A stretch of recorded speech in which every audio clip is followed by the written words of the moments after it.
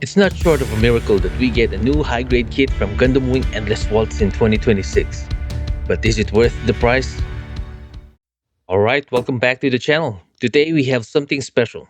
The high-grade Sandrock Custom EW is a completely brand new Endless Waltz kit that is hopefully the beginning of new kits for the movie. But it retails for around 46 buckaroos, a bit much considering the size of the box. Inside we get 4 runner bags which holds 12 runners, and a bag for a new soft material for the cloak. This kit has a lot of parts to make it pretty color accurate. The runner for the frame is runner W and is labeled as XXXG frame EW. So there's a strong chance we will get a modern high grade for the other Endless Waltz kits as well.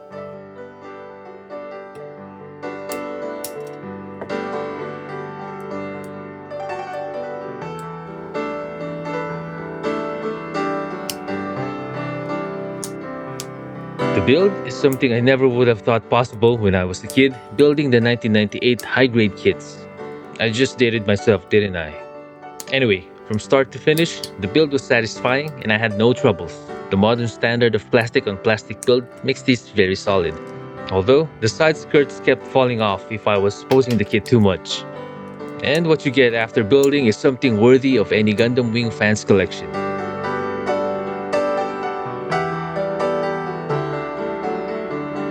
It may be 1/144th, but that did not stop Bandai from adding the anti-beam cloak. I've heard some say that this is the reason for the steep price. Is it true? It's silly if this is what justified the price. Although, it does give some tremendous aura to the Sandrock. To begin customizing the kit, I first disassembled the entire kit.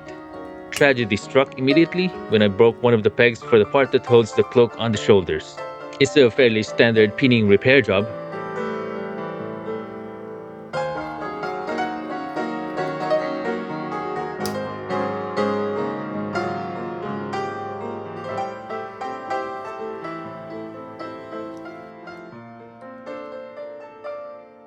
After that, the V-fin needed attention.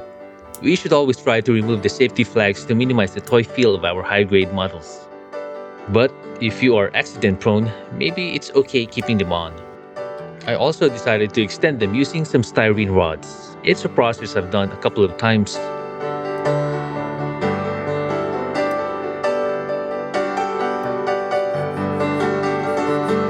The Mohawk has the only visible seam on the entire kit.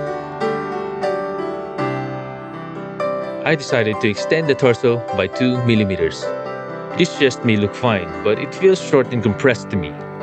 2mm is not a lot, so this will give it a subtle height increase that most won't be able to tell, but the proportions will look better.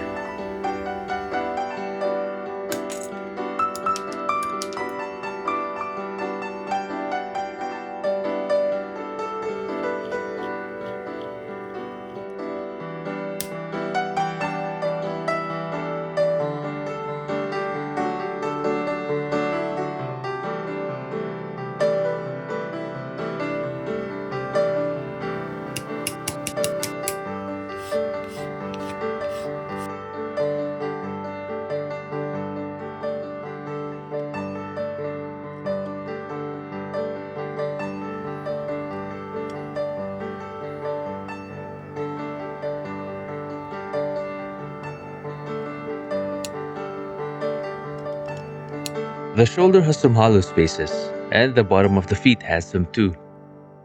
I filled them in with some Gaia Instant Putty applied with a precision glue tip for better control during application. Then I used Instacure to harden it immediately.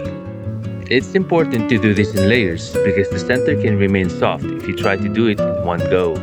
After sanding, the remaining bubbles can easily be filled in. Regular super glue works well for this. This kit stays true to the line art, for better and worse. The kit is highly accurate, but that means that there is also little to none surface detail. So, I added more panel lines and notches or minus molds, whichever term you prefer. And I started to like more this flexible masking tape for curves as a guide tape. They are just so easy to layer and stick well to the plastic surface, as well as another piece of tape. By the end of this, I used more of this in this build than the regular guide tapes I have.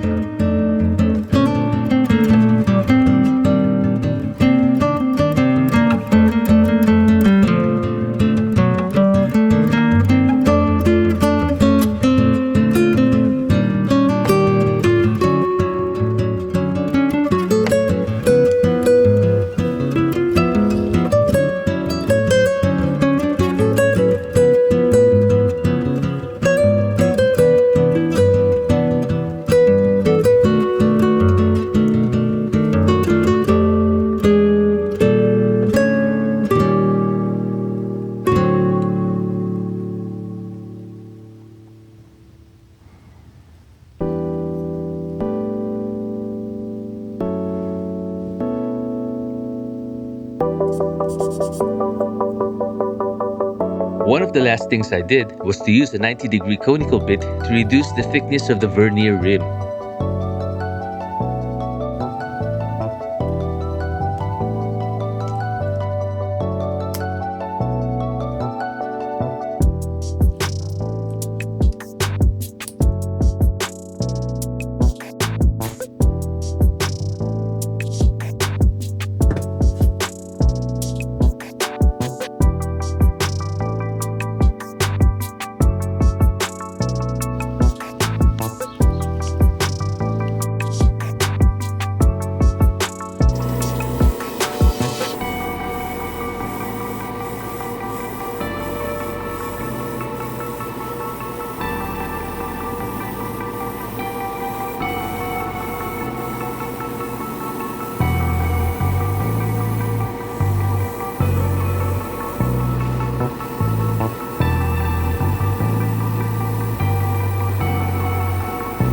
I usually do custom colors on my builds, but this time I decided to keep it close to the anime, and I used what I had. I found colors that were close enough or colors that I liked better. But for the purple, I really like the Sandrock purple. It's a great color, so I tried to mix it. But I didn't have the recommended paints in the color guide. Therefore, I had to eyeball it. And the final mix is pretty close to my eyes. But what do you think? Did I nail it?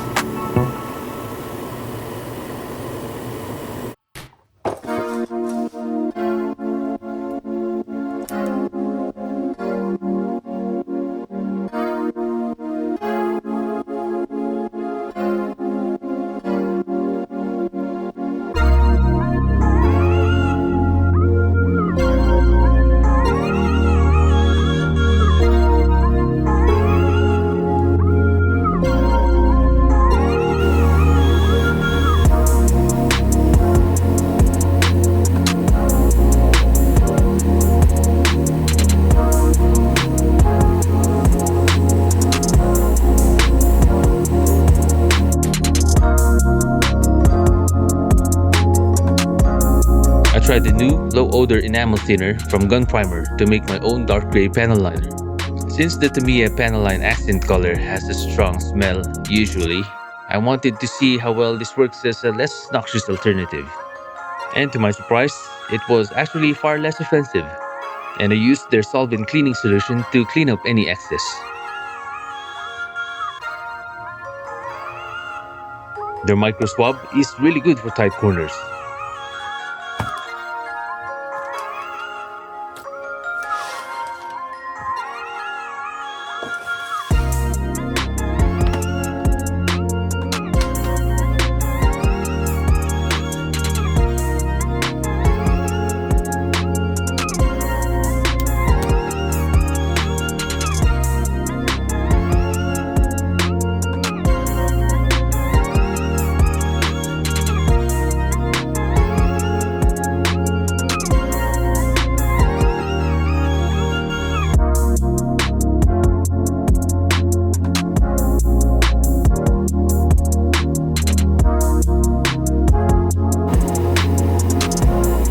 Finish the pieces with my favorite top coat, Gaia Premium Semi Gloss.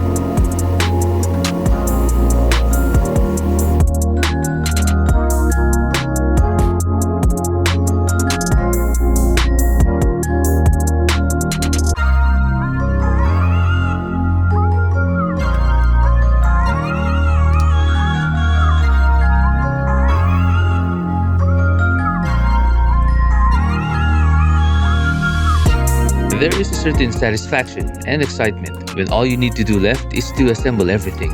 There is also dread that hopefully you don't break anything.